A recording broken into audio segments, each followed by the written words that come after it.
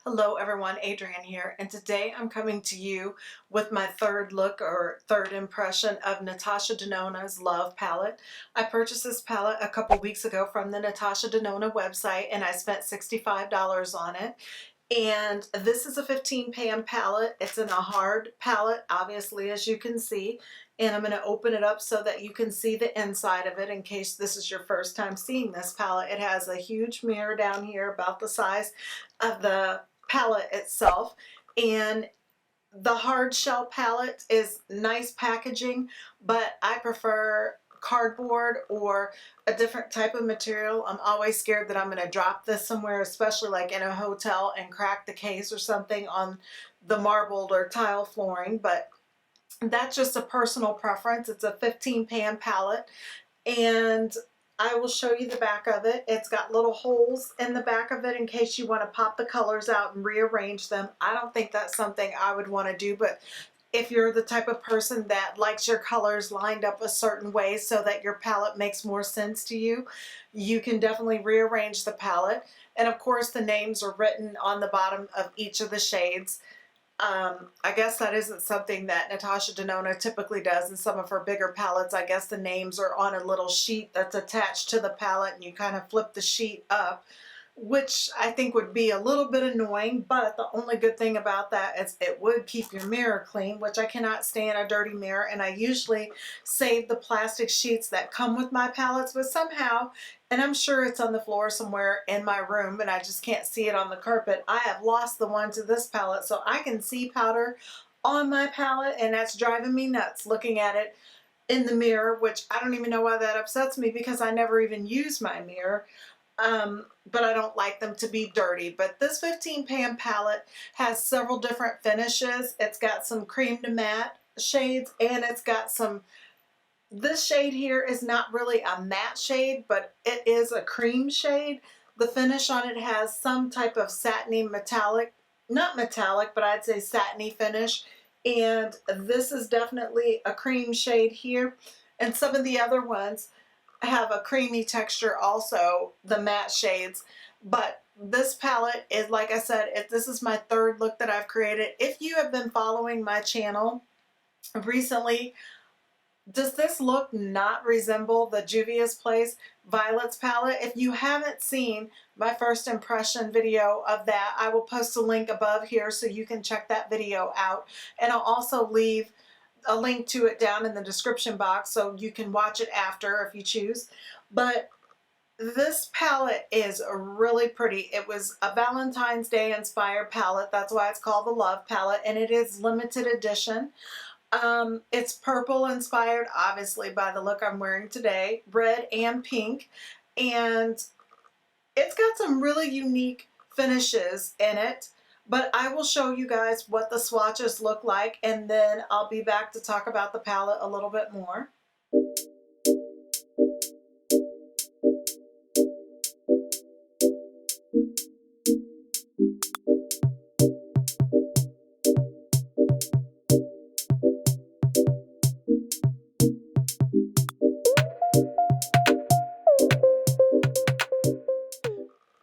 Now that you've seen the swatches, we will get into the look that I've created today, and then I'll come back and give some final thoughts of what these shades were like to work with.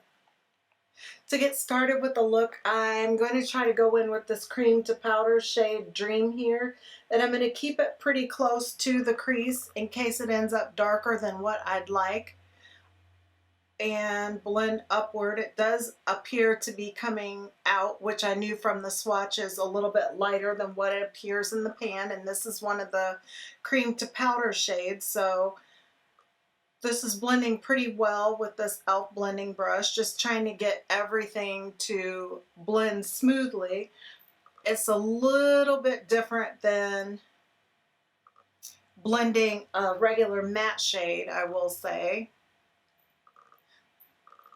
The thing with this palette is I think it's a 12-month expiration date on it, and I really wonder if this is a palette that you can use much after the 12 months with these creamy finishes, if they would go bad or dry out, and what the pigmentation would be like afterwards. So I guess I'll be seeing. I can't see myself in this as an everyday palette, even though I really do like the color scheme and it does suit me. So that's something to keep in mind with this, not letting it sit around too long. And I guess I hadn't really thought much about that when I created the first and the second look, because I wasn't using one of these cream to powder shades in the fashion that I'm using it right now.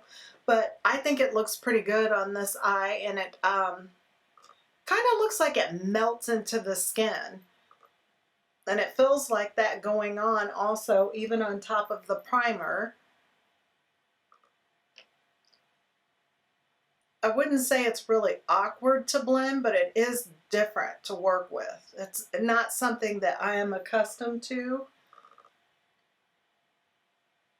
but it is blending over the tacky base, eyeshadow base that I have on. I use my MAC Prep and Prime 24-hour extended eye base and the Paint Pot, MAC Paint Pot in Layin Low. That's what I typically prime my eyes with, and I don't set it with the powder, so it's always tacky and sticky, and this is blending pretty well even on that tacky base. I think it's just doing the opposite eye, doing my left eye. I feel like I'm getting a little more tugging, but I think it's just the way that I'm holding the brush, because it's not the same side. And I'm going to come into the inner corner here. I am impressed with the color payoff that I'm getting right now. Looks fairly even. I think this outer corner needs just a little bit more, so I'm going to go in backwards with the brush. So this e.l.f., and yes, it is a blending brush. For some reason I started second guessing myself. That works really well with that cream to powder shade. And next I'm going to go in with the Esom brush. This is I'll put it on the screen. I can't remember what this brush is called, but I'm going to go into the shade Trust here and just dab it onto the brush really lightly. And this brush is a little awkward to work with. I'm still trying to get used to it. If you've been following me for the last couple of months, you'll know that I just got this brush, and I bought it because supposedly it's really good for hooded eyes. I'm going to try turning it this way. Maybe not. I don't like what it's doing that way. I'll basically get this color placed the way I want it, and then take a blending brush to go in and get the rest of it blended. This is not a brush to blend with. It's just to put the color down, and it works really well for hooded eyes. But as you can see how I streaked that right here, it can also make a mess because it is such a precision brush, but I am learning to use it. I don't really know how I feel about it yet. I can't say that I like it. It definitely has been a challenge to work with. I think once I get used to it, I may.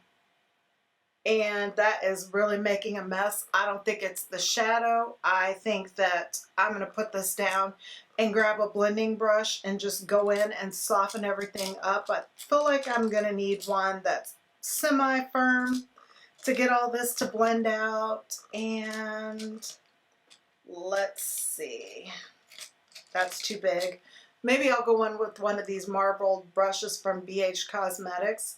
See if I can't get that to soften up and blend a little bit better.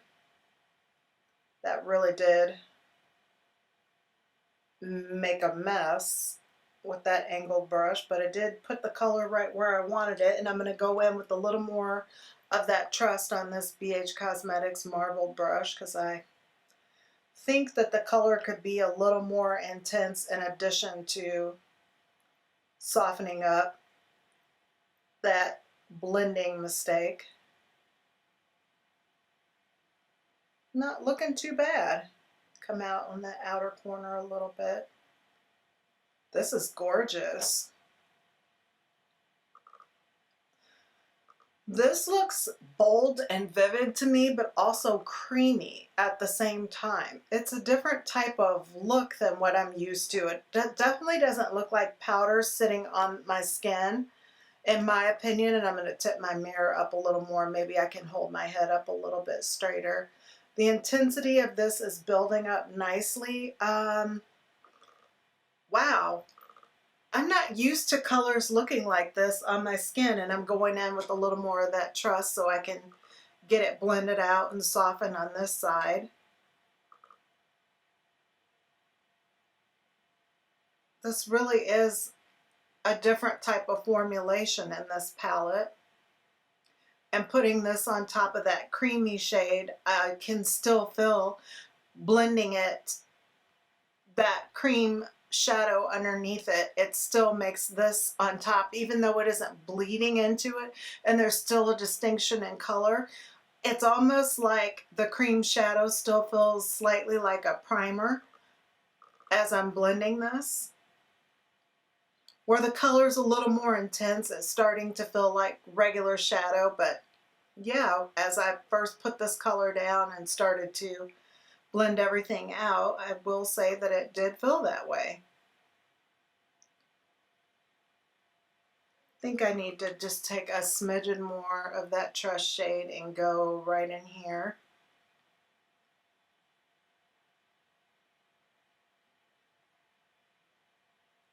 Blending, blending, blending.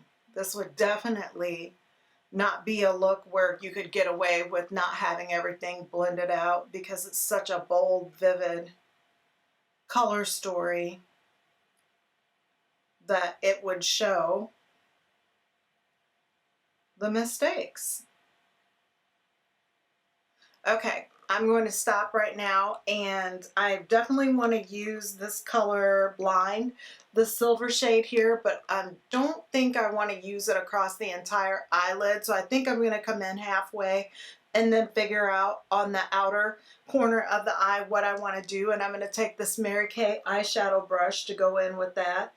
I can't really tell what kind of finish this shade is, so I'm going to try dry first and see how the pigmentation goes on. And it looks really pigmented. I don't feel like I need to wet my brush.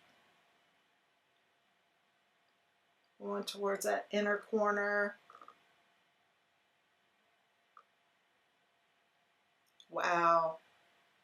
That is really pigmented, and I love how it's going on. It doesn't feel like it's going to take a lot to get it to apply, and you can tap this and get the color built up also, which I like to tap on as much shadow as possible. But as you saw with the cream to powder shades, I don't feel that a tapping motion would work with that at all. You're definitely going to be blending, so you will want to use a brush that's not irritating to your eyes for sure, because you will blend and blend and blend. Set that down, and looking at the palette, for that outer corner, I think I'm going to go in with the trust a little bit more, and then with the outer V go in with this darkest shade, Commitment, here. So I am going to use the opposite side of that Mary Kay blending brush to pick up the trust shade and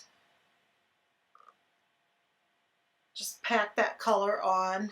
I will blend the edges after I get it built up.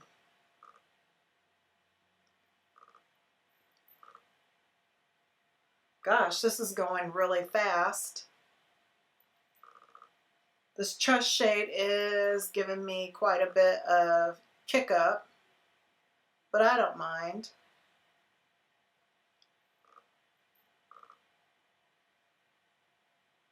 Okay, I'm going to not worry about how precise I am with blending these edges, because if the two colors, because I still have that blind silver shade on the brush also mixed in with that trust, so if they kind of blend together, that's okay. And that's what I'm doing purposely now.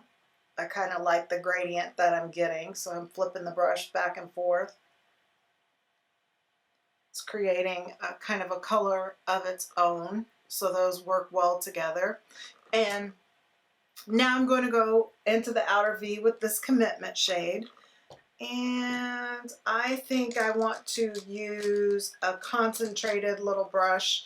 So this is a MSQ brush. It's pretty dense, so the color will really pack on quickly. So I have to be careful with that. Getting it in that outer V. And this is one of those creamy shades, so a denser brush like this is working excellent. I don't even think it would have picked up the color well had I used one of my normal, softer outer V blending brushes. Wow, this has really turned out gorgeous.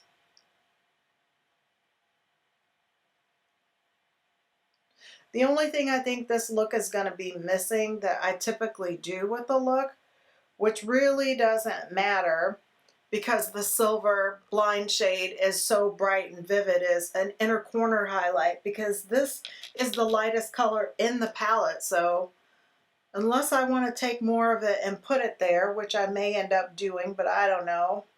Sometimes I think less is more in the beginning. And it's kind of hard to tell till you get your liner and lashes going what's going to be the final look, but this has turned out to be really pretty. Going up a little bit higher with that contouring shade, Commitment. I'm liking the way the color looks. I did not set my brow bone yet, and I think I want to go in with, I don't want pink at all in this look, so I'm going to have to go with this shade here, and it is called First. So just taking a little angled brush to get as close to the brow bone as I can with First. And that's really setting it nicely. It's kind of got a peachy tone to it. I have to flip this brush over. I like it better at this angle. Okay, and I'm almost finished. I think I'm going to go back with that first e.l.f. blending brush that I put down, the shade here, Dream, and just go back up and kind of soften out the edges of everything, kind of make sure it's tied together.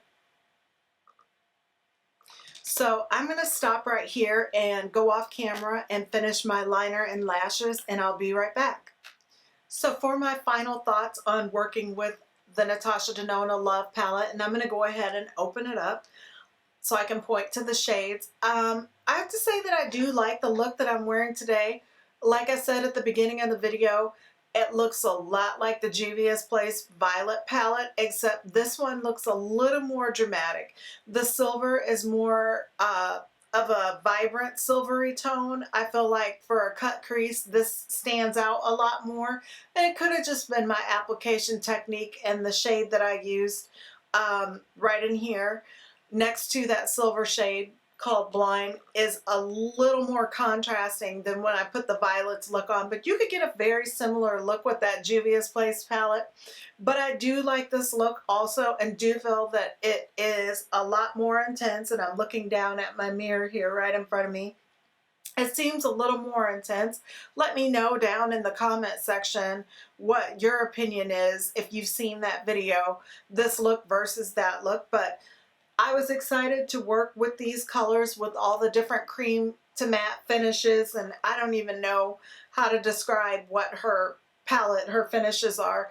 When I do a final impression of the overall palette, which the only shade that I have not used is this heart shade here, this bright red shade, and I think I might have to just use that on its own with something, because I'm not going to make any more videos of looks. This is my third look, and I've used every shade but that. So I want to sit down and really form my opinion and just write some things down, because all these looks have been recorded within the same week. So that helps me remember what my thoughts are on this palette.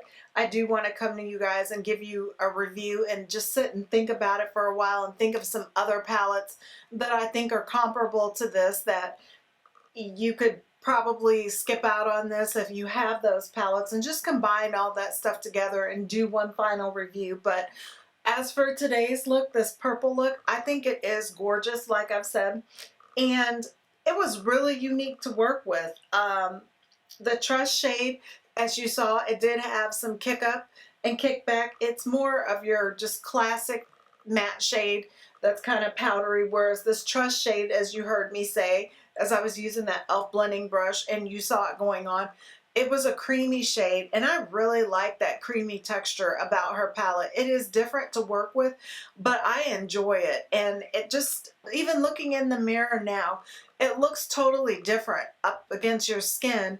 It's not up against your skin. It's like it meshes in with the skin and just melts into the skin and looks like it is part of the skin instead of sitting on top of it. So that I like about her formulation. And for the contouring shade, that being one of those cream shades, this is my second time using it. I did use it in the first look that I created, so I already knew what it would work like, I meant to say.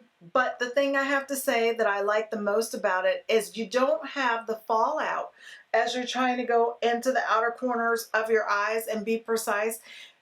That shade, you're not going to have fallout of the dark shade all down here around your eyes. So that's something that I like about it, and it's not going to blend into stuff unless you specifically go in with the brush and use a buffing technique to get the color where you want it. So I like that about the eyeshadow. But as you saw when I was using this Esom brush, this precision brush, which it is very concentrated and dense and slanted, so that did turn into a mess as I was putting down the creamier shade and trying to blend it out with that dense brush. So packing on the color takes a little bit of a different technique, and you have to go back in and blend it out.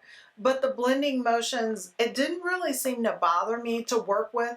It's not the same feeling that you get when you have a drugstore quality or lesser quality palette and you're just blending, and it's a different type of a sticky consistency. It's like when you're blending, you're not taking away the color, if that makes any sense. I don't even know if that makes sense. Sometimes I feel like with the lower end palettes, like it just sticks to the primer and you have a spot that won't soften up, that once it's like mixed in with that primer, like it becomes part of the primer or something, and it ends up kind of streaky around it. I don't notice any of that with this palette in particular, so that I really liked, and especially using such intense colors in the crease. That was really important with this deeper purple violet look to get all these shades blended out. But I have to say that I do like the look that I have a lot, and every look that I've created with this palette so far I have liked, and I've only not used that one heart shade. So overall, I really do like this palette, but for every look except for the second look, I've been able to tell you exactly another palette that you could get the same exact look from. I do really like the palette, but except for the second look, the other two looks that I've created, I've been able to tell you right off the bat other palettes that I have in my collection that create the same look. So $65 is a lot of money to me to spend on an eyeshadow palette, and I know a lot of her palettes go a lot higher than that, but to me $65 is the top limit of what I've ever spent on an eyeshadow palette. And I'm happy that I have this because I really wanted to try Natasha Denona's quality, and this is the first palette of hers that I've gotten my hands on, and I can't say that I'm disappointed with the quality at all, but I think I have every shade in this palette in other palettes that I have. And the second look was a little more unique, but even those shades, even though it was unique to the one palette, it's not unique to my collection. I can still think of other palettes where I have each one of those shades. So do I think this is something that everybody should run and pick up? That's really a personal choice to you and what your collection is like. If you have some of the other palettes that I've mentioned throughout all my different 3 videos on this palette, maybe you want to reconsider whether or not you need it. If you just want to try a different formulation, I feel like this is definitely a palette you could do that with. It is going to give you a unique experience as far as application and the wear of it, and the quality of the shades that go on. They're different than most of the other eyeshadow palettes I've used. So that I do like about it, but is it different enough? Does different matter enough, I should say, to spend $65 on a palette? That's something that you would definitely have to decide, because you can get these looks, even though they're gorgeous, out of other palettes for a lot less money. But I do enjoy this palette, and I hope that this video helped you out. If you haven't seen the other two videos that I've done using this palette, I will post links to those down in the description box also, so you can see all three looks. But please let me know down in the comment section if you guys want me to put together a video with some of those other palettes, doing swatches and showing you like the similarities of how you can get a look to come together, because this is a beautiful palette, but it is limited edition, and it's not something that's going to be around for long. If you decide that you do want to pick it up, I don't know how long she'll keep it, but I hope this video helped you decide if maybe this palette is something you'd like to add to your collection. If you enjoyed this video, please give it a thumbs up, and don't forget to subscribe. You'll also want to hit the notification bell next to the subscribe button so YouTube notifies you every time I upload a new video. I'll see you guys soon.